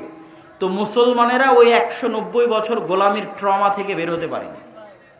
এটা আরো অনুভব করলাম কখন, যখন দেখলাম যে ফ্রান্সের রাজধানী প্যারিসের আইফেল টাওয়ারের সামনে রাত 12টা-1টায় যারা সিগারেট খাচ্ছে সবই মুসলমান, যারা মদ এবং জুয়া খেলতেছে সবই মুসলমান। তো ওরা একটাও ইন্ডিয়া, পাকিস্তান, বাংলাদেশের মুসলমান নয়। তাহলে কোথাকার মুসলমান? ওই ফ্রান্স যেই দেশ শাসন করত ঔপনিবেশিক শাসন আমলে, ওই দেশের মুসলমান। আলজেরিয়া, মরক্কো, নাইজেরিয়া তথা আফ্রিকান কান্ট্রি ফ্রান্স শাসন করত। ফ্রান্স, ইতালি, স্পেন এরা আফ্রিকান কান্ট্রিগুলোকে ভাগ করে নিয়েছিল। তো ওদের চরিত্র এদের শাসনে বিকৃত হয়ে গেছে। এদের অধীনে ওরা 190-200 বছর থেকেছে। এখন ওই ট্রমা থেকে ওরা বের হতে পারেনি, কেন? গোলাম। আমরা 190 বছর গোলাম ছিলাম, এখনো আমরা ওই ট্রমা থেকে বের হতে পারিনি। আমাদের চরিত্র এই জন্য বিকৃত। তো ওরা 300 বছর গোলাম ছিল ফেরাউনের, এই জন্য সকাল সন্ধ্যা নিমক হারামি করতেছে, ছোট লোকের মতো কথা বলতেছে নবীর সাথে আর আল্লাহ সুবহানাহু তাআলার সাথে। আমাদের অবস্থাও আজ অনুরূপী। সম্মানিত উপস্থিতি, এবার আমরা দেখব দ্বিতীয়বার জেরুজালেম বিজয়ের ঘটনা আর এক নবীর হাতে। তার নাম দাউদ। দাউদ আলাইহিস সালাতু ওয়াস সালামের নাম শুনেছেন? দাউদ আলাইহিস সালাতু ওয়াস সালামের হাতে জেরুজালেম বিজয়ের ঘটনা আল্লাহ কয়েক পৃষ্ঠা যাবত সূরা বাকারার মধ্যে বর্ণনা করেছেন। আল্লাহ সুবহানাহু ওয়া তাআলা শুরু করেছেন সূরা বাকারার 243 নম্বর আয়াতে, আর গিয়ে শেষ করেছেন প্রায় বলা চলে 252-53 নম্বর আয়াতে গিয়ে আল্লাহ সুবহানাহু ওয়া তাআলা শেষ করেছেন পুরো 2 পৃষ্ঠা। দাউদ আলাইহিস সালামের জেরুজালেম বিজয়ের ঘটনা আল্লাহ বলেছে। শুরু কিভাবে? এই যে ইউশা বিন নুনের হাতে জেরুজালেম বিজয় হলো, তারপরেও যে তারা আল্লাহর আদেশ অমান্য করলো, এইভাবে আল্লাহর আদেশ তারা অমান্য করতে থেকেছে। তখন আল্লাহ তাদের উপর আযাব দিয়েছে। আযাবে তারা জেরুজালেম থেকে বিতাড়িত হয়ে গেছে। আযাবে তারা জেরুজালেম থেকে বিতাড়িত হয়ে গেছে। দেখেন, আজকে আপনাদের বলতে এবং ভাবতে কষ্ট লাগলেও আমরা মুসলমানেরা আযাবের মধ্যে আছি। কিসের মধ্যে আছি? আযাবের মধ্যে আছি। আমাদের চরিত্রের কারণে, আমাদের অভ্যাসের কারণে। মসজিদে আকসা আমাদের হাতে নাই, বাহ্যিক কারণ যেটাই হোক, অভ্যন্তরীণ কারণ হচ্ছে আমাদের আমল, উম্মতে মুহাম্মাদির আমল। বিমা কাসাবাত আইদিনা, আমাদের আমলে আমরা মসজিদে আকসা হারিয়েছি। আমাদের তাকওয়া, পরহেজগারিতার অভাব এবং গুনাহের কারণে আমরা মসজিদে আকসা হারিয়ে দিয়েছি। তো ওদের উপর আল্লাহ আযাব পাঠালেন, জেরুজালেম থেকে বিতাড়িত করে দিলেন, ঘর বাড়ি ছাড়া হয়ে গেল। আজ আমাদের মুসলমান ভাইয়েরা ঘর বাড়ি ছাড়া আছে, মিলবে, একদম হুবহু মিলবে। ওই ঘর বাড়ি ছাড়ার কথা এটার মধ্যেও পাবেন। এই জেরুজালেমের কথাই বলবে যে কেমনে তারা ঘর বাড়ি ছাড়া হয়েছে। ঘর বাড়ি ছাড়া অবস্থায় জীবনযাপন কাটাতে কাটাতে ক্লান্ত হয়ে গেছে। তৎকালীন নবী শামুয়েলকে গিয়ে বলছে, আপনি আল্লাহর কাছে দোয়া করেন না, আল্লাহ আমাদের জন্য একজন শক্তিশালী বাদশা পাঠাক, যেন আবার আমরা জেরুজালেম বিজয় করতে পারি। আল্লাহ কিন্তু আমাদেরও শিখিয়ে দিয়েছে যে তোমরা দোয়া করবা সুলতানান নাসিরা, যেন আল্লাহ তোমাদের জন্য একজন শক্তিশালী বাদশা পাঠায়। হে আল্লাহ, আপনি আমাদের উম্মতে মুহাম্মাদিকে, ফিলিস্তিনকে, জেরুজালেমকে, গাজার মুসলমানদেরকে উদ্ধার করার জন্য শক্তিশালী শাসক পাঠান। বলেন আল্লাহুম্মা আমিন। এই দোয়া তারাও করেছে নবীর কাছে গিয়ে। আল্লাহ বলছে, আলাম তারা ইলাল মালাই মিন বানি ইসরাঈল মিন বাদি মূসা ইয ক্বালু লিনাবিয়্যিল্লাহি মাবআস লানা মালিকান নুকাতিল ফি সাবিলিল্লাহ, হে নবী আপনি একটু আল্লাহর সাথে কথা বলেন, আল্লাহর কাছে দোয়া করেন আল্লাহ আমাদের জন্য একজন বাদশা দিক, ওই বাদশার পিছনে আমরা যুদ্ধ করব। তো নবী জানতেন এই বানু ইসরাইলের স্বভাব, যে এরা কত বড় নিমক হারাম এটা তিনি জানতেন। তো তিনি নবী উত্তরে কি বলছেন, হাল আসাইতুম ইন কুতিবা আলাইকুমুল কিতালু আল্লা তুকাতিলু, আরে আমি আল্লাহর কাছে দোয়া করে যদি একজন রাজা নেই, তারপরে তোমরা যে যুদ্ধ করবে এর গ্যারান্টি কি? তোমরাই তো তারা যারা মুসা আলাইহিস সালামের সাথে যুদ্ধ করনি, তো তোমরা যে মুখ ফিরিয়ে নিবে এর কোনো গ্যারান্টি আছে? তখন তারা উত্তরে বলছে, ওয়ামা লানা আল্লা নুকাতিলা ফি সাবিলিল্লাহ ওয়া ক্বাদ উখরিজনা মিন দিয়ারিনা ওয়া আবনাইনা, এই যে বাড়ি থেকে তাড়িয়ে দেওয়া, আরে আমরা কেন যুদ্ধ করব না, আমরা তো আমাদের বাড়িঘর ছাড়া হয়ে গেছি। আজকের মুসলমানেরা বাড়িঘর ছাড়া আছে না নাই ভাই? আজকের জেরুজালেমের ফিলিস্তিনের মুসলমানেরা বাড়িঘর ছাড়া, ওই যুগের মুসলমানেরা বাড়িঘর ছাড়া হয়ে গেছে আল্লাহর আযাবে। আমাদের বাহ্যিক যে কারণই থাক, অভ্যন্তরীণ কারণ হচ্ছে আল্লাহর আযাব। তো আমরা তো আমাদের বাড়িঘর ছাড়া হয়ে গেছি, আমরা কেন যুদ্ধ করব না? অবশ্যই করব। আপনি আল্লাহর কাছে দোয়া করেন। ফালাম্মা কুতিবা আলাইহিমুল কিতালু তাওয়াল্লাউ ইল্লা কালিলাম মিনহুম, কিন্তু সত্যি সত্যি যখন আল্লাহ বাদশা পাঠিয়ে দিলেন, তখন যুদ্ধ আর তেমন বেশি মানুষ করতে পারলো না। হাজার হাজার মানুষ থেকে মাত্র 313 জন যুদ্ধ করতে পেরেছিল, মাত্র। বাকি সব পরীক্ষায় ফেল করেছে। কিভাবে আল্লাহ তাদের পরীক্ষা করেছিলেন সেটাও বলছেন। ক্বাদ বা'আসা লাকুম তালুতা মালিকা, তখন নবী বলে দিলেন আল্লাহ তোমাদের জন্য রাজা করে দিয়েছেন তালুতকে। ওরা বলছে, আরে তালুত রাজা হলো মানে আমরা এত বড় বড় সমাজের সব বড় বড় নেতা, আমরা থাকতে তালুত রাজা হবে? আল্লাহ কোরআন মাজিদে বলছেন তালুত তোমাদের চেয়ে জ্ঞানে এবং শক্তি সামর্থ্যে বড়, এই জন্য তাকে আমি রাজা বানিয়েছি, তোমরা তার আনুগত্য করো। ঠিক আছে, তালুতের আনুগত্য করে এবার যুদ্ধের মাঠে অবতীর্ণ হবেন। যুদ্ধের মাঠে অবতীর্ণ হলে তাবুত ফিরে পাওয়া যাবে। তাবুত কি? তাবুত হচ্ছে মুসা আলাইহিস সালামের লাঠি, তাবুত হচ্ছে মুসা আলাইহিস সালামের পাথর, যেই পাথর ফেটে ঝর্ণা বের হয়েছিল। ওইটা যারা জেরুজালেম থেকে এদের তাড়িয়ে দিয়েছিল, জুলিয়েট বাদশাহ, যার নাম আল্লাহ কোরআনে বলেছে জালুত, ওই জালুত নিয়ে চলে গেছিল। তো ওখান থেকে বানু ইসরাইলরা বরকত পেত, বরকত লাভ করত। তো বলছে যদি তোমরা এই যুদ্ধে বিজয়ী হও, তাহলে মুসার লাঠি আর পাথর পুনরায় তোমাদের ফিরিয়ে দেওয়া হবে, যাতে তোমরা বরকত লাভ করতে পারো। তো যুদ্ধের জন্য রওনা দিয়েছে। আল্লাহ পরীক্ষা স্বরূপ বলেছে এই যুদ্ধে যাওয়ার পথে নদী আছে, নদীতে যদি পানি পান করো যুদ্ধে অংশগ্রহণ করতে পারবে না, নদীতে যদি পানি পান না করো যুদ্ধে অংশগ্রহণ করতে পারবে। ঠিক আছে, সবাই পানি পান করে নিয়েছে, 313 জন পানি পান করেনি। এই 313 জন নদী পার হওয়ার পর দেখছে বিশাল সেনাবাহিনী জালুতের, এত বড় বিশাল সেনাবাহিনীর সামনে 313 জন কেমনে যুদ্ধ করবে?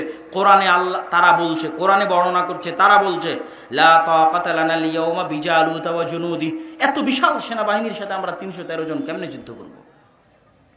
তখন যারা আল্লাহকে ভয় করতো এর মধ্যে দাউদ আলাইহিস সালাম ছিলেন। এই যুদ্ধে দাউদ আলাইহিস সালামের বয়স 20 বছর, দাউদ আলাইহিস সালামের বয়স 17 বছর।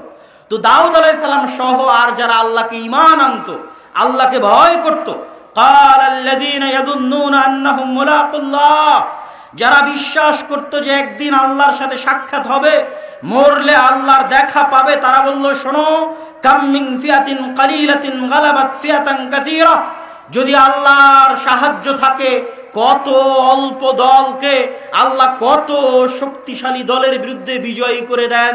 যদি আল্লাহর সাহায্য থাকে, আল্লাহু মা'আস সাবিরিন, আল্লাহ ধৈর্যশীলদের অন্তর্ভুক্ত। বরং তোমরা আল্লাহর কাছে দোয়া করো। দোয়াও আল্লাহ বলেছে, তারা কি দোয়া করেছিল? রব্বানা ফ্রিগ আলাইনা সাবরান ওয়া সাব্বিত আকদামানা ওয়ানসুরনা আলাল কওমিল কাফিরিন। এই দোয়া তোমরা করতে থাকো, দোয়া করো এবং আল্লাহ ভরসা করে যুদ্ধে ঝাঁপিয়ে পড়ো। মাত্র 313 জন নিয়ে যুদ্ধে ঝাঁপিয়ে পড়লো বিশাল বাদশাহ জালুতের বিশাল সেনাবাহিনীর বিরুদ্ধে। দাউদ আলাইহিস সালাম নিজে হাতে বাদশাহ জালুতকে জবাই করেছিলেন, দাউদ আলাইহিস সালাম, এবং তারপরে আল্লাহ তাকে নবী বানিয়ে দিয়েছেন এবং তার সন্তান সুলাইমান সহ পৃথিবীর ইতিহাসের সবচেয়ে বড় সাম্রাজ্য জেরুজালেমে প্রতিষ্ঠা হলো। এটা জেরুজালেম দ্বিতীয়বার বিজয় হলো। প্রথমবার বিজয় করলেন ইউশা বিন নুন, দ্বিতীয়বার বিজয় করলেন তালুত। কিন্তু বাহিনীর মধ্যে ছিল দাউদ আলাইহিস সালাম, যিনি নিজে বাদশাহ জালুতকে হত্যা করেছেন এবং তিনি জেরুজালেমে বিশাল সাম্রাজ্য প্রতিষ্ঠা করলেন। তার সন্তান সুলাইমান পৃথিবীর ইতিহাসের সবচেয়ে বড় সাম্রাজ্য প্রতিষ্ঠা করলেন এবং জিনদের নিয়ে দ্বিতীয়বার মসজিদে আকসা তৈরি করলেন সুলাইমান আলাইহিস সালাতু ওয়াস সালাম। তাহলে এবার দেখেন, এতক্ষণ যত ইতিহাস বলতেছি, যত নবীর নাম বলে আসলাম, সব মসজিদে আকসার সাথে, সব ফিলিস্তিনের সাথে। সম্মানিত উপস্থিতি, এবার আমরা দ্রুত মুহাম্মদ সাল্লাল্লাহু আলাইহি ওয়াসাল্লামের জীবনীতে ফিরে আসব। তার আগে শর্টকাটে ঈসা এবং মারিয়াম। ওয়াইদ ক্বালাত ইমরাতু ইমরান রাব্বি ইন্নী নাযারতু লাকা মা ফি বাতনি মুহাররারা, যখন ইমরানের স্ত্রী বলল, হে আল্লাহ, আমার পেটে যে সন্তান আছে তোমার রাস্তায় ওয়াকফ করে দিলাম। তোমার রাস্তায় মানে এই মসজিদের জন্য, মসজিদের খেদমত করার জন্য। মসজিদের খাদেম হলে নবী হওয়া যায়, নবীরা মসজিদের খাদেম। তো মা ওয়াকফ করে দিল যে আমার পেটের সন্তান মসজিদের খাদেম, মসজিদে আকসার খাদেম। ফালাম্মা ওয়াদাআত ক্বালাত রাব্বি ইন্নী ওয়াদাতুহা উনসা, বাচ্চা প্রসব করার পর দেখছেন মারিয়াম মেয়ে সন্তান। তো মেয়ে সন্তানকে কেমনে মসজিদে রাখবেন? তো তাকাফফালা জাকারিয়া তথা তার খালু জাকারিয়া আলাইহিস সালাতু ওয়াস সালাম তার দায়িত্ব নিলেন এবং মেয়ে হয়েও মসজিদের খেদমত করতে লাগলেন। মারিয়াম আলাইহিস সালাতু ওয়াস সালাম কোন মসজিদের খেদমত করতে লাগলেন? মসজিদে আকসার খেদমত করতে লাগলেন। আল্লাহ আসমান থেকে খাবার পাঠালেন। কোন মসজিদে খাবার পাঠালেন? মসজিদে আকসায় খাবার পাঠালেন। মারিয়ামের পেটে সন্তান আসলো। ঈসা আলাইহিস সালাতু ওয়াস সালাম মায়ের কোলে কথা বললেন। কোন শহরে জন্ম নিলেন ঈসা আলাইহিস সালাতু ওয়াস সালাম? জেরুজালেমে জন্ম নিলেন, ফিলিস্তিনে জন্ম নিলেন, মসজিদে আকসার পাশে জন্ম নিলেন। এই পর্যন্ত দিয়ে এবার আমরা সামারি দেখি। পৃথিবীর 90% মানুষ তথা তিনটা বড় দিনের অনুসারী, বড় ধর্মের অনুসারীর পবিত্র স্থান হচ্ছে জেরুজালেম, মসজিদে আকসা। যেহেতু মুসা আলাইহিস সালাম এটার জন্য জীবন দিয়েছে, ঈসা বিন নূন জীবন দিয়েছে, দাউদ সুলাইমান যুদ্ধ করেছে, তো এই জন্য ইহুদি যারা আছে তাদের কাছে এটা সবচেয়ে পবিত্র। ঈসা আলাইহিস সালাম এখানে জন্ম হয়েছে, তার মা এই মসজিদের খাদেম ছিলেন, এই জন্য খ্রিস্টানদের কাছে এটা সবচেয়ে পবিত্র। আর আমরা মুসলমানেরা তো আছি। তাহলে পৃথিবীতে এর চাইতে বড় আর কোনো কারণ নাই যেখানে পৃথিবীর 90% মানুষ যুদ্ধে জড়িয়ে যেতে পারে।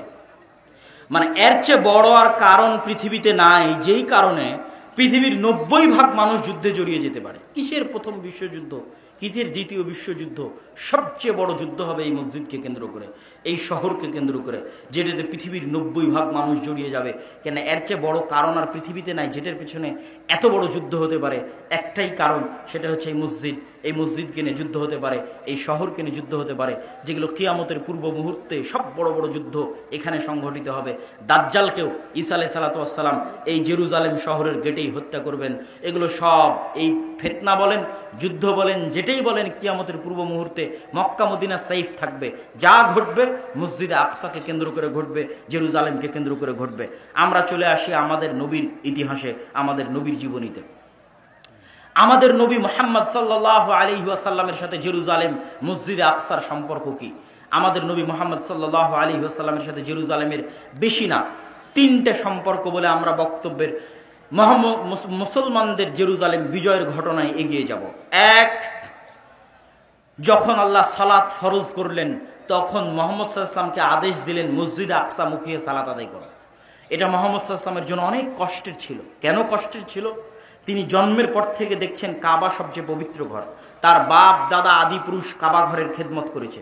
সেই কাবা ঘরকে পাশে রেখে, সেই কাবা ঘরকে নিজের কাছে রেখে আল্লাহ বলছে মসজিদে আকসা মুখিয়ে সালাত আদায় করে। তাই একদিন দুই দিন নয়, 17 মাস।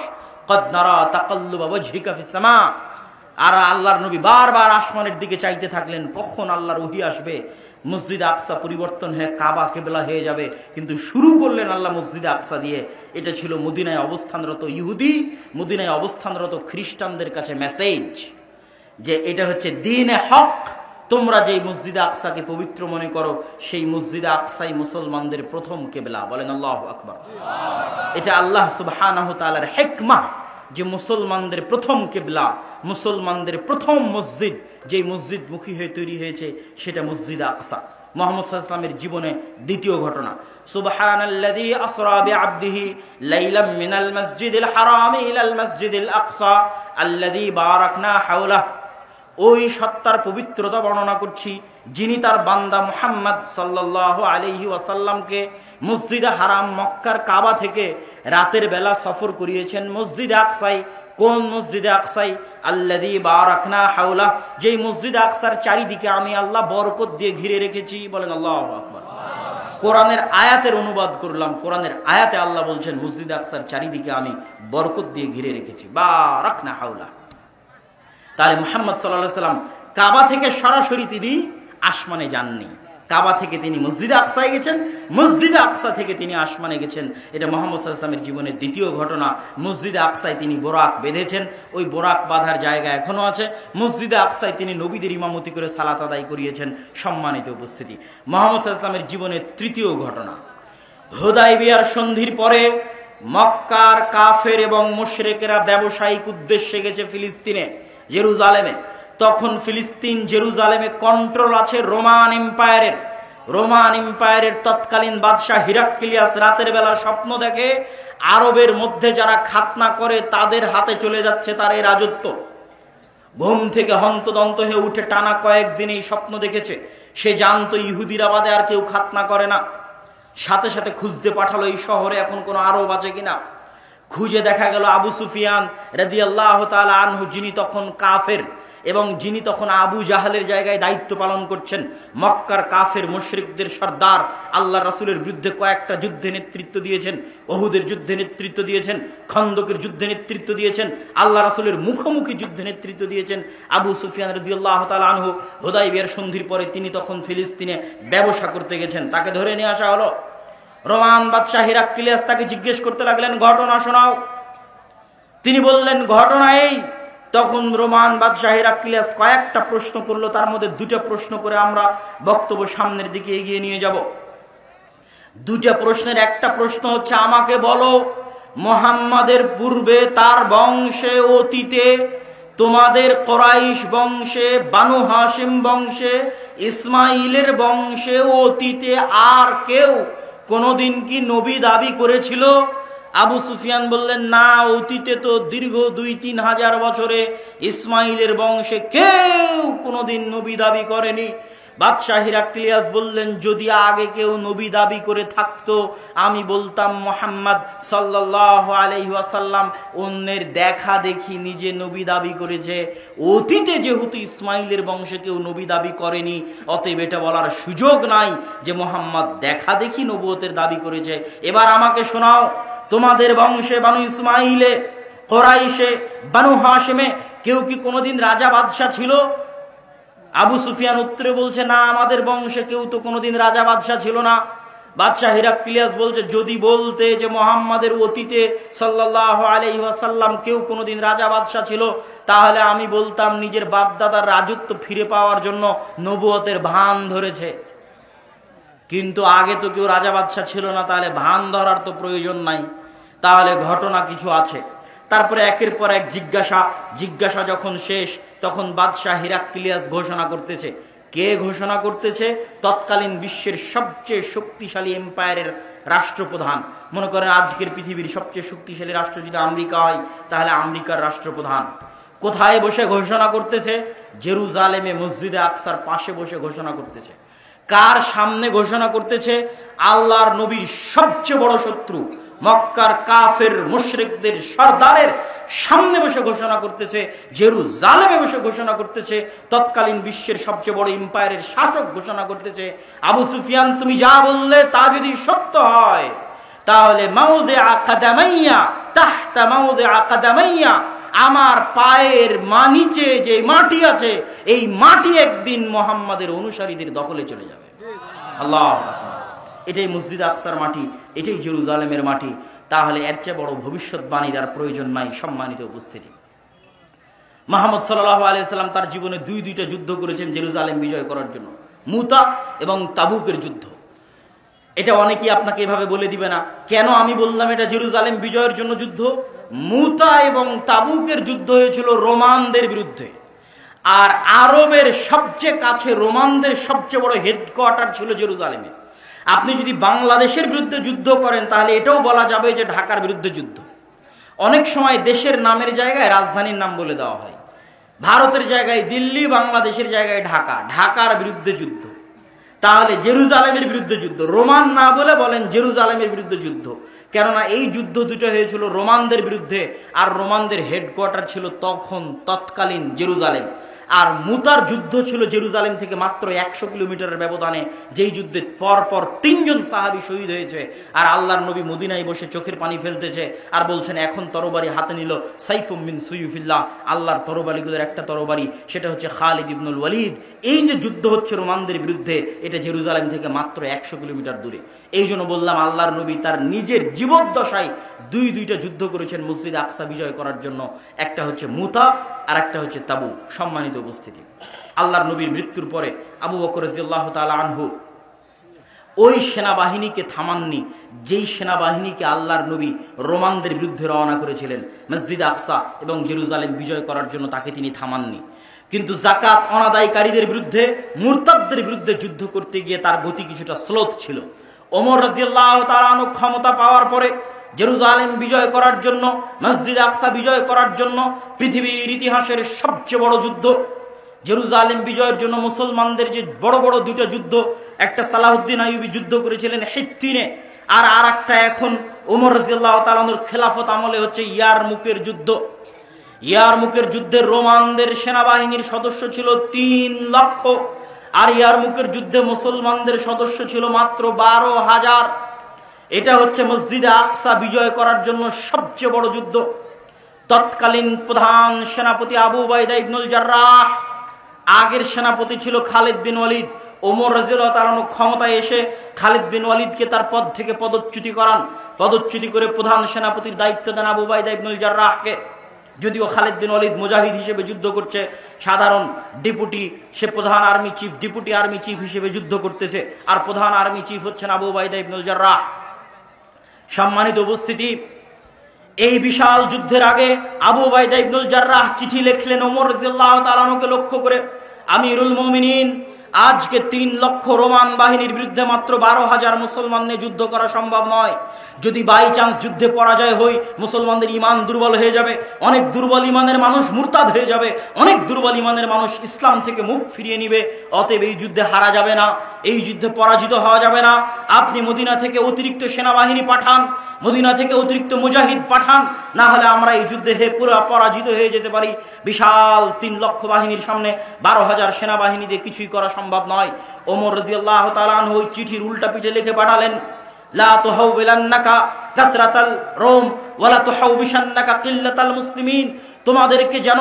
তোমাদেরকে যেন ভীত সন্ত্রস্ত না করে রোমানদের সংখ্যাধিক্য, তোমাদেরকে যেন দুশ্চিন্তাগ্রস্ত না করে মুসলমানদের সংখ্যায় অল্প হওয়া, বরং জেনে রাখো আল্লাহ যার সাথে আছে তারাই সংখ্যাধিক্য, আল্লাহর সাহায্য যাদের সাথে আছে তারাই সংখ্যাধিক্য, আর আল্লাহর সাহায্য যাদের সাথে নাই তারা সংখ্যায় যতই বেশি হোক না কেন তারা সংখ্যায় অল্প, তারা যতই শক্তিশালী হোক না কেন তারা দুর্বল, তারা যতই শক্তিশালী হোক না কেন তারা দুর্বল। অতএব আল্লাহর সাহায্য তোমাদের সাথে আছে। তোমরা সংখ্যায় 12,000 হলেও তোমরাই শক্তিশালী, তোমরা সংখ্যায় 12,000 হলেও তোমরাই সংখ্যাধিক্য। অতএব তোমরা সামনের দিকে এগিয়ে যেতে থাকো। ওমর রাদিয়াল্লাহু তাআলা আনহু অতিরিক্ত কোনো মুজাহিদ, অতিরিক্ত কোনো সেনাবাহিনী না পাঠিয়ে চিঠির উল্টা পিঠে আদেশ দিয়ে পাঠালেন। সম্মানিত উপস্থিতি, আবু উবাইদা ইবনুল জাররাহ এই চিঠি হাতে পেয়ে চিন্তাগ্রস্ত হয়ে গেলেন। 12,000 সেনাবাহিনী নিয়ে কিভাবে 3 লক্ষ সেনাবাহিনীর বিরুদ্ধে যুদ্ধ করবেন? চিন্তাগ্রস্ত হয়ে যাওয়ার পরে তিনি খালিদ বিন ওয়ালিদের সাথে পরামর্শ করছেন। খালিদ বিন ওয়ালিদ পরামর্শ দাও, আমিরুল মুমিনিন খলিফাতুল মুসলিমিন কাউকে পাঠাননি, আমরা 12,000 মানুষ কেমনে 3 লক্ষের বিরুদ্ধে যুদ্ধ করব? খালিদ বিন ওয়ালিদ বললেন, আবু উবাইদা ইবনুল জাররাহ, আপনি যদি কিছু মনে না করেন আমি একটা কথা বলি, আমার কথা আপনি রাখবেন। আবু উবাইদা ইবনুল জাররাহ বললেন, বলো খালিদ। খালিদ বিন ওয়ালিদ, বলো কি কথা? খালিদ বিন ওয়ালিদ বললেন, যেহেতু আমিরুল মুমিনিন কোনো সাহায্য পাঠায়নি, আজকের ইয়ারমুক আমাকে দিয়ে দেন, আপনি যদিও কাগজে কলমে প্রধান সেনাপতি, কিন্তু আজকে ইয়ারমুকের যুদ্ধে আমি খালিদ বিন ওয়ালিদ প্রধান সেনাপতির দায়িত্ব পালন করব। আমার এই কথাটুকু যদি আপনি রাখেন তাহলে আমাকে প্রধান সেনাপতির দায়িত্ব দিয়ে দেন। আবু উবাইদা ইবনুল জাররাহ বললেন, ঠিক আছে, কোনো সমস্যা নাই, খালিদ তুমি প্রধান সেনাপতির দায়িত্ব পালন করো। ইয়ারমুকে 6 দিন যুদ্ধ হয়েছে, 6 দিন, 6 দিন যুদ্ধ করার পরে আল্লাহ সুবহানাহু ওয়া তাআলা মুসলমানদের বিজয় দিলেন। মুসলমানেরা 4টা দলে ভাগ হয়ে গেল, প্রত্যেকটা দলের প্রধান ছিল একজন সাহাবী। 4টা দলে ভাগ হয়ে গিয়ে এবার আজকের ফিলিস্তিনের যত শহরের নাম শুনেন, যেই গাজার নাম শুনছেন, ইয়ারমুকের যুদ্ধের পরের দিনই গাজা শহর বিজয় হয়েছে। ইয়ারমুকের যুদ্ধের পরে মুসলমানেরা 4টা দলে ভাগ হয়ে মসজিদে আকসাকে কেন্দ্র বানিয়ে, জেরুজালেমকে কেন্দ্র বানিয়ে 4 দিক থেকে ঘিরে নিতে লাগলো জেরুজালেমকে। 4 দিক থেকে জেরুজালেমকে ঘিরতে থাকলো। গাজা, হাইফা, তেল আবিব, পশ্চিম তীর, হেবরন, আল খালিল, ফিলিস্তিনের যত শহর আছে সব শহর বিজয় করতে করতে করতে করতে একদম জেরুজালেম চারিদিক থেকে ঘিরে নিল। ওই দিন জেরুজালেমের পাশে 4000 সাহাবী ছিলেন। 1 মাস জেরুজালেম ঘিরে রাখা হলো। পাদ্রী চাবি হস্তান্তর করবে না যতক্ষণ না আমিরুল মুমিনিন খলিফাতুল মুসলিমিন না আসবে। চিঠি লিখে পাঠানো হলো। আবু উবাইদা ইবনুল জাররাহ চিঠি লিখে পাঠালেন। ওমর ইবনুল খাত্তাব বলছেন, আনাতি, আমি আসছি, জেরুজালেমের চাবি ওমরের হাতে হস্তান্তর করা হবে।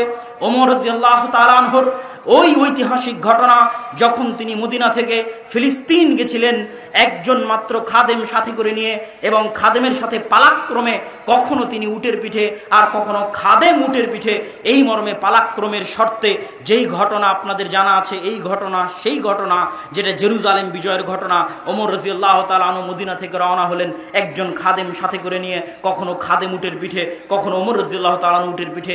যখন জেরুজালেমের গেটে ওমর রাদিয়াল্লাহু তাআলা আনহু প্রবেশ করছে, 4000 সাহাবী সহ বিশাল মুসলমানদের বাহিনী অপেক্ষা করছে, হাজার হাজার পাদ্রী অপেক্ষা করছে, আজ খলিফাতুল মুসলিমিন আসবে, আমিরুল মুমিনিন আসবে। কিন্তু তারা দেখছে খলিফাতুল মুসলিমিন রশি ধরে টানছে আর খাদেম উটের পিঠে বসে আছে।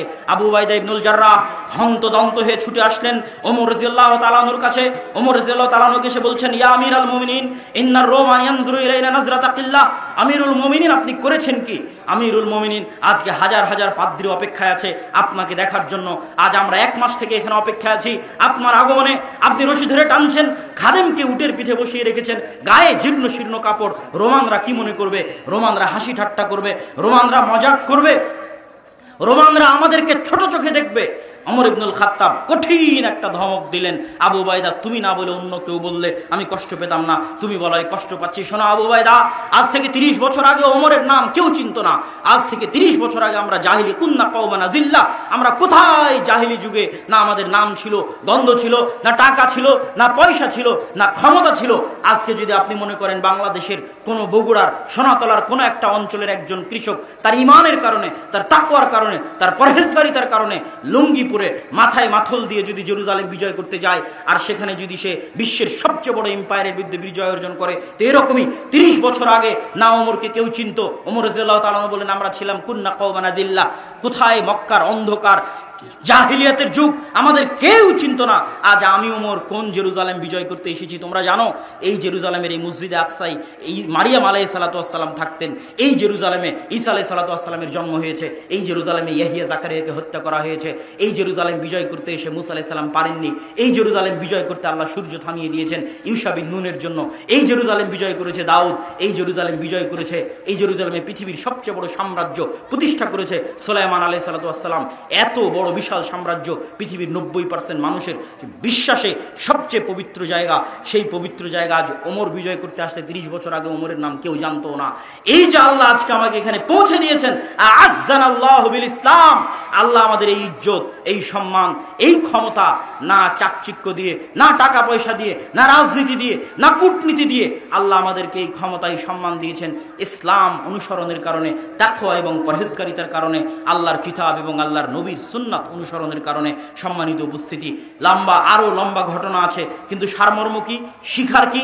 এই যে পুরো বানু ইসরাইলের লম্বা ঘটনা শুনলেন, জেরুজালেম কেন্দ্রিক ইতিহাস শুনলেন, শিক্ষা এটাই যে আমরা গজবের মধ্যে আছি, আযাবের মধ্যে আছি। যেদিন ঈমান ফিরে আসবে, তাকওয়া ফিরে আসবে, পরহেজগারিতা ফিরে আসবে, যারাই ঈমান নিয়ে তাকওয়া নিয়ে, পরহেজগারিতা নিয়ে সামনে এগিয়ে যাবে। আল্লাহ যেমন ইউশা বিন নূনের জন্য সূর্য থামিয়ে দিয়েছিলেন, 313 জনকে আল্লাহ যেমন বিজয় দিয়েছিলেন, ঠিক তেমনি মুসলমানদের হাতেও বিজয় হবে। সুলতান সালাহুদ্দিন আইয়ুবী তিনিও অল্প সংখ্যক মানুষ নিয়ে জেরুজালেম বিজয় করেছেন, ফিলিস্তিন বিজয় করেছেন। কিন্তু ঈমান থাকা লাগবে, তাকওয়া লাগবে, পরহেজগারিতা লাগবে। জেরুজালেম মিছিল দিয়েও বিজয় করা সম্ভব নয়। এবং ওই রকম মা লাগবে, ওই রকম বোন লাগবে যারা এরকম সুলতান সালাহুদ্দিন আইয়ুবী জন্ম দিতে পারে, তারিক বিন জিয়াদ জন্ম দিতে পারে। কেননা বেহায়াপনা, বেলেল্লাপনা যখন সমাজে ছড়িয়ে পড়ে, বেপর্দা যখন সমাজে ছড়িয়ে পড়ে, তখন সেখানে পুরুষ জন্ম নিতে পারে না।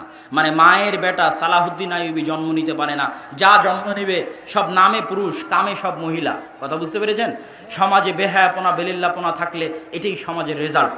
সম্মানিত উপস্থিতি, এই দীর্ঘ ইতিহাস থেকে আল্লাহ সুবহানাহু ওয়া তাআলা উম্মতে মুহাম্মাদিকে শিক্ষা নেওয়ার তৌফিক দান করুক, আল্লাহুম্মা আমিন। বক্তব্যের শুরুতে বলেছিলাম আমাদের আজকের এই অনুষ্ঠানটা দেশব্যাপী আল জামিয়া সালাফিয়ার অধীনে মসজিদ ভিত্তিক দ্বীন শিক্ষা পরিচালনার লক্ষ্যে আদ-দাওয়া ইলাল্লাহর যে মহৎ উদ্যোগ, সেই মহৎ উদ্যোগকে সামনে রেখে এই অনুষ্ঠানটি আয়োজন করা হয়েছে। এবং আমরা ইতিমধ্যে বাংলাদেশের 4টি জেলার 126টি মসজিদ সফর করেছি, 250-এর অধিক মসজিদে আমরা বক্তব্য উদ্বোধন করেছি। এবং সালাফি কনফারেন্স রাজশাহীর পরে, তথা 23-24 নভেম্বর রাজশাহী সালাফি কনফারেন্সের পরে আমাদের এই সফর পুনরায় শুরু হবে। এবং বাংলাদেশের বাকি জেলাগুলোতেও আমরা যাব এবং সেখানেও মসজিদ ভিত্তিক মক্তব চালু করার জন্য, দ্বীন শিক্ষা ব্যবস্থা করার জন্য আমরা মানুষদের মধ্যে সচেতনতা তৈরি করতে চাই। আমি আমার দীর্ঘ সফরে ইউরোপ, সৌদি এবং ভারতের দীর্ঘ সফরে মুসলমানদের দূরবীন দিয়ে দেখেছি। এবং আপনাদেরকে বললাম যে মুসলমানদের চরিত্র 200-250 বছরে নষ্ট হয়েছে। যেমন বানু ইসরাঈলের চরিত্র ফেরাউনের গোলামিতে নষ্ট হয়ে গেছিল, আমাদের চরিত্র এই 70 বছরে এখনো ঠিক হয়নি। তথা 1946-45-এর পরে এই 70 বছরে এখনো চরিত্র ঠিক হয়নি। আরও সময় লাগতে পারে চরিত্র ঠিক হতে। কিন্তু ওই রকম উঁচু হিম্মত, স্বাধীন চেতা মনোভাব নিয়ে যারা, তাকওয়া পরহেজগারিতা নিয়ে যারা সামনে এগিয়ে আসবে, তাদের জন্য বিজয় হবে। কিন্তু আমাদের এই অধপতনের আর একটা বড় কারণ হচ্ছে শিক্ষা না থাকা। আজকে যাদের হাতে, মুসলমানদের যাদের হাতে টাকা আছে, সেই দুবাইকে দেখেন পর্যটন আর বিনোদন নিয়ে ব্যস্ত। মুসলমানদের সন্তানের শিক্ষার জন্য বড় কোনো ইনভেস্ট নাই। সে যত বড়ই বুর্জ খলিফা বানাক না কেন, বুর্জ খলিফা বানানোর মতো ইঞ্জিনিয়ার এখনও সে জন্ম দিতে পারেনি। ওই চায়না, আমেরিকা থেকে ভাড়া করে নিয়ে আসা কোম্পানি, যত চুক্তি হয়, এই আরব বিশ্বের যতগুলো ধনী রাষ্ট্র আছে, এদের বেশিরভাগ চুক্তিগুলো থাকে ওই সমস্ত আমেরিকান এবং যে কোম্পানিগুলো আছে, চাইনিজ কোম্পানি, তাদের কাছে। তথা তারা শিক্ষায় পিছিয়ে আছে তাদের চাইতে 500 বছর। ইউরোপ এবং আমেরিকার চাইতে আমরা তো দরিদ্র দেশ, তৃতীয় বিশ্বের কান্ট্রি। যারা মুসলমানদের ধনী দেশ, তারাও 500 বছর পিছিয়ে আছে। আর আমাদের দেশের রাষ্ট্রের কথা যদি বলেন, সরকারের হাতে টাকা থাকলে রাস্তাঘাট তৈরি করে, ব্রিজ কালভার্ট তৈরি করে। শিক্ষার জন্য কোনো বিনিয়োগ নাই সরকারের, যে শিক্ষার জন্য কিছু করলো, জ্ঞান গবেষণার জন্য কিছু করলো, আমাকে আপনাকে পড়ানোর জন্য কিছু করলো, আমাকে আপনাকে কিছু শিখানোর জন্য কিছু করলো। এরকম কোনো বড় প্রজেক্ট আপনি পাবেন না। কেননা আমরা যদি নাও পড়ি, তবুও বিদেশে লেবারি করে টাকা পাবো, এটাতেই সরকারের চলবে, এটাতেই সরকারের দিন পার হবে রেমিটেন্স দিয়ে। সুতরাং আমরা পৃথিবীতে লেবার হিসেবেই থাকবো, এতে সরকারের কোনো আপত্তি নাই। এরকম অশিক্ষিত লেবার শ্রেণী, তথা তাদেরকে গরু ছাগলের মতো হত্যা করা যায়। আজ মুসলমানদেরকে গরু ছাগলের মতো হত্যা করা কেন সম্ভব হচ্ছে? তার আরও একটা বড় কারণ, তাকওয়া পরহেজগারিতা, ঈমান তো নাই। আর একটা বড় কারণ হচ্ছে আমরা শিক্ষায় তাদের চেয়ে পিছিয়ে। এই জন্য আমাদেরকে গরু ছাগলের মতো তারা হত্যা করতে পারছে। মায়ানমারে দেখেন, রোহিঙ্গাদেরকে পশু পাখিও মনে করে না যখন তাদের বুকে গুলি চালায়। কেন?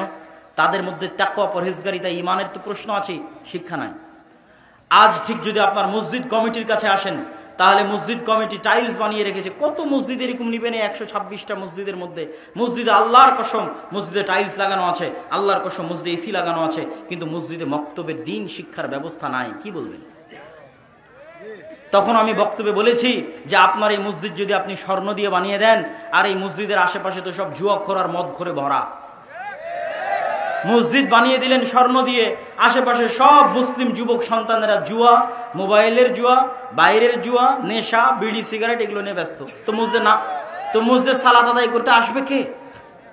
আপনার এই মসজিদ থেকে তো আগে দ্বীন শিক্ষার ব্যবস্থা করতে হবে।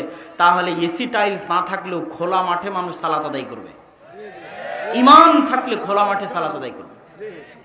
সম্মানিত উপস্থিতি, এই দুঃখ এবং এই কষ্ট নিয়ে আমরা দাওয়াতি কাজ করছি।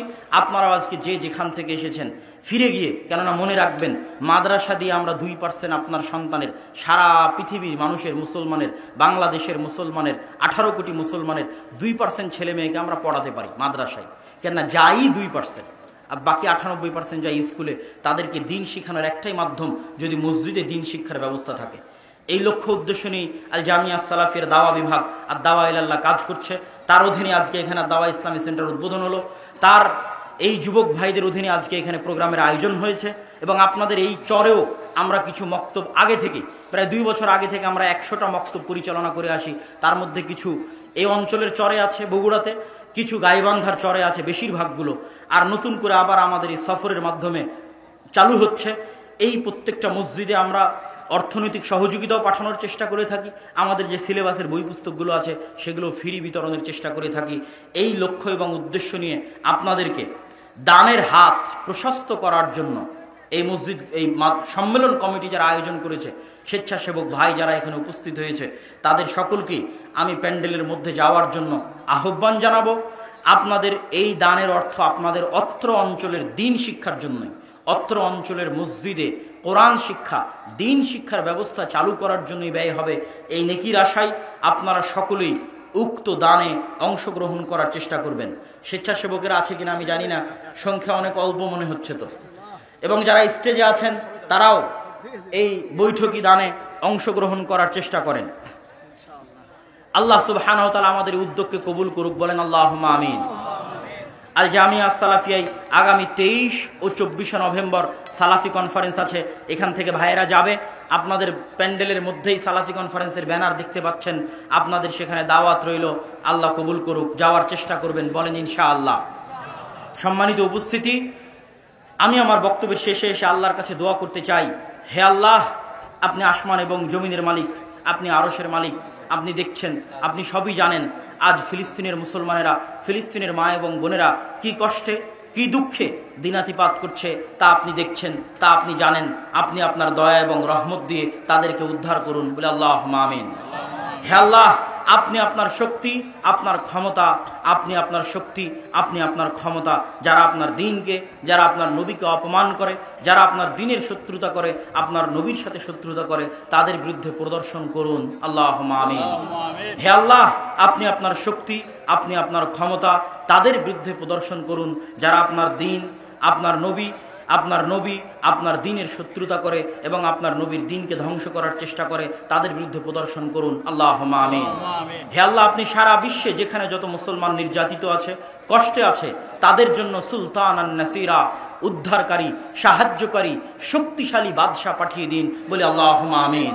হে আল্লাহ, আপনি মুসলমানদের জন্য সুলতান সালাহুদ্দিন আইয়ুবী, ওমর ইবনুল খাত্তাব, তারিক বিন জিয়াদের মতো শক্তিশালী শাসক, শক্তিশালী আমির, শক্তিশালী নেতা পাঠিয়ে দিন, যার অধীনে মুসলমানেরা জিহাদ করে তাদের এই কষ্ট, তাদের এই দুঃখ থেকে বের হয়ে আসতে পারবে, সেরকম শাসক আপনি দান করুন, আল্লাহুম্মা আমিন।